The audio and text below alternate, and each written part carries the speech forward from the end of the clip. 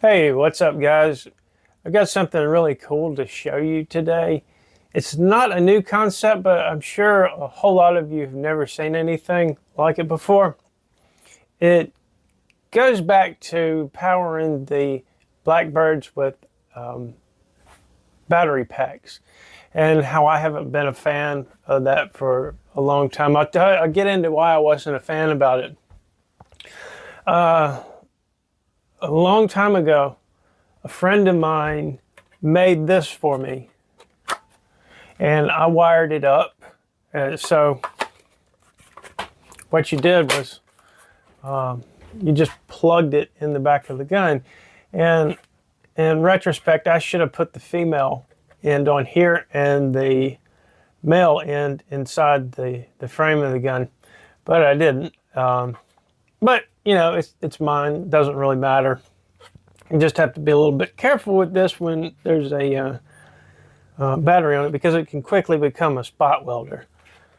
So when he made this for me, I've been running the 614-500s for quite a while, and I had it in my head that it needed that amount of voltage, which is 25.2 volts fully charged. And a 5S pack like this, they'll say 18 volts or 20 volts. That is, I think it's 21 volts fully charged. I had just had it in my head that that wasn't enough voltage to power what we had at the time, which was 4K. So I didn't really make a big deal out of this. And when I did, it was frustrating because people would say, man, I want that. I really, really want that. And I'd send them to him. He was like, yeah, just send them to me. And I'll see if I can help him out. I don't think he ever got around to making one for anybody else other than himself. Now, he told me this worked great with 4K. I hate to say it, but I never tried it. And I didn't ever try a 5S pack with 4K until years later. I mean, right, probably not very long before Freebird, I guess. And then I discovered that it not only runs 4K, but it also runs 5K, and it runs both of them extremely well. You see, the problem with the 14500s, thought I had some around here to show you, but if you don't know, those are just double A size lithium ion batteries. And I could only find 3 brands that worked, and one of them was my favorite. One of them, the positive ends would get stuck in the gun, so that was no good, but they would power it. And another one was 650 milliamps. They would power it, but they wouldn't last for very long at all. And then, you know, what we've been using this whole time has been the eFest IMR 700 milliamp 14500s.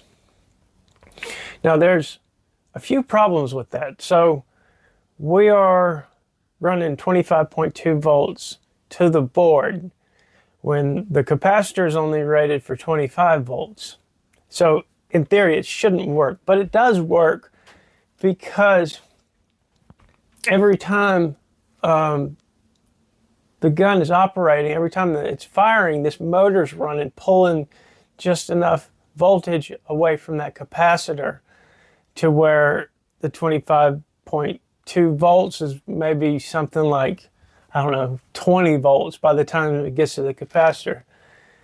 Now that's fine, but if you track back a little ways with me on that 10K build I did and everything I did, you know, the soft start and all that other stuff that I had to do to get 6S to work.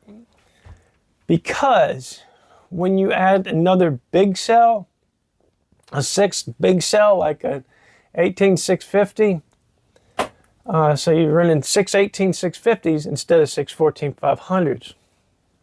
Well, that gives you too much amperage, and it seems to be okay with the capacitor. I've never popped a capacitor doing it, but what will happen is you weld the power switch in the on position. So you weld it, that circuit closed, then you can't turn off the gun. And that causes a few more problems that I'm not going to get into. You can't just put another switch on there, because doing so doesn't dump that capacitor, and then you're left with, the capacitor has charge on it, and then it'll look like it's off, and you pull the trigger and it can shoot 2 or 3 more times. So that was the problem with 6S, big 6S packs, as opposed to 614-500s. Okay. And then when we went to Freebird, when we made Freebird, I went with 18-350s. It's one of these, half as long, and that gave us, I think, 900 milliamps. We used 5 of them, and the first ones, I stacked them up and stuck them in the buffer tube, end to end. And the reason I'd never made any battery packs and sold them was because I read somewhere that you have to be licensed to do that. Didn't want to break any laws, and didn't want to get sued in case something went wrong. So I went with the individual cells that the customer would have to load into the buffer tube. But then I got to thinking about that. It's like, well, what if they put one in wrong and they can't get it out quick enough? And so then I just went to 5S packs for Freebird, and everything was great, except where do you put the darn thing? It brought me all the way back to the Drawsmax days, where you got an external pack just flopping around on your gun. And, I did not like that idea at all. I had my first one that way and just didn't like it. So when I came up with the 614-500s, I just went with that, and, was blind to things like this. All right. Now, all that being said, it's been, I guess, about 2 years now since I've been playing around with FreeCAD, and I made this.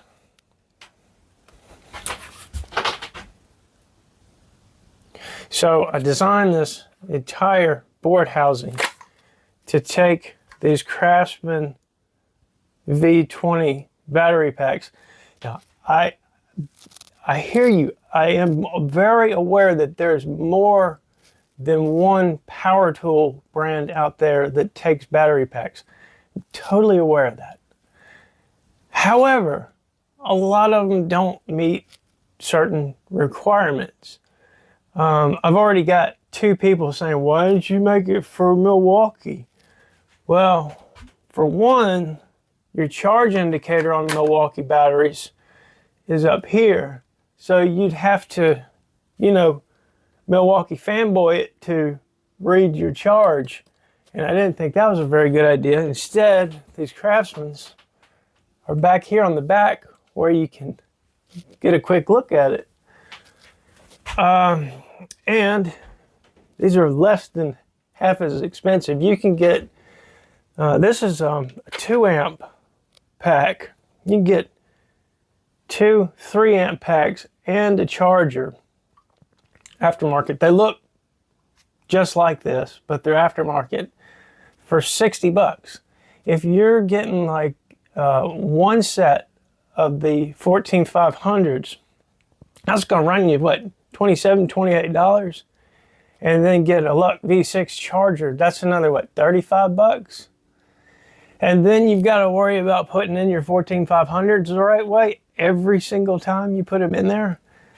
You've got less than half the capacity that this 2 amp battery does. And they make these up to, I don't know what they make them up to, but 2 amp is going to be a whole lot of air. So, and that's just what all my tools came with. So I don't need another battery pack. Let's see. Yeah, and when you're dealing with individual cells, it's fine, when you're talking about like real AA's, things that are, 1.5 volts, stacking 3, 4 of those up together. in a battery compartment, that's fine. But when you're talking about lithium ion battery cells that are 4.2 volts fully charged, stacking those together without a solid connection, each junction where they meet, positive negative junction, that's going to create a hot spot. And that little hot spot's going to become hotter the higher the drain you put on them. And more than anything, that is going to take away your efficiency. So let's say you have 6 of them in there. So that's starting off, that's 25.2 volts. But there's no solid connections between them. Now, 25.2 volts at 700 milliamps, you're probably not going to get more than, just guessing, probably 550 milliamps just because of all those little junctions. But with a pack like this, you've got basically 5 18650s in here, and they're all soldered together. And everything's soldered together. The only connections that aren't soldered are these stakes right here, like you would have on a normal power tool. So that is what I've been up to for a little while. That's not the big thing that I've been working on. The guy who I've been working on with that, he just disappeared. I don't understand what it is about people. They're so damn flaky in this business. It just poof. Now, God forbid something real bad happened to them, but it's really aggravating. Maybe someday I can link up with somebody who actually wants to do something big, but I don't know. That's where we stand with that. Anyway, since I've gotten this completed, I will be offering this. Now, I've got a shortage of boards. I can build one of these right now. So, I'm not even gonna have one. I haven't even shot this. I know it'll work, but for me to get one of my guns going, it's like I got them going several years ago, and now to update them to everything that I do for everybody else, it's like I don't feel like it. It's like the roofer's roof, but yeah, this thing is awesome. Oh, I'm sure it'll work. No question about it. It's just I haven't updated the internals of this hopper in 5 years. So, yeah. Anyway, that's what I've been up to. If something like this interests you, if you just want to buy this part and install it yourself, I'll be happy to run one off for you, and we'll work something out. I can sell it to you with the wires already there, or whatever state, with the support still on it, whatever polymer you want it made out of. Just let me know. Hit me up. Yeah, real quick before I go, I thought maybe you would want some close-up of this. And I'll take the pack out to show you. It's a little rough on the bottom just because of the way it has to be printed. And 2 very minor issues with this. Right here. Let me set it down. If you're putting it together, you might want to smooth that off with a file or some sandpaper a little bit before you do. It's just a little rough there. It's the best I could get that funky little part in there with my skill level. I think I did a good job. And when you're putting the hopper in, it touches here, so you have to squeeze it on in there. But once you do, everything is nice and tight and it does not move around. So we'll take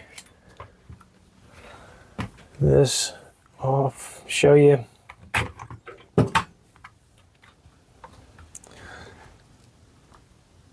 I put some copper stakes, blades in there.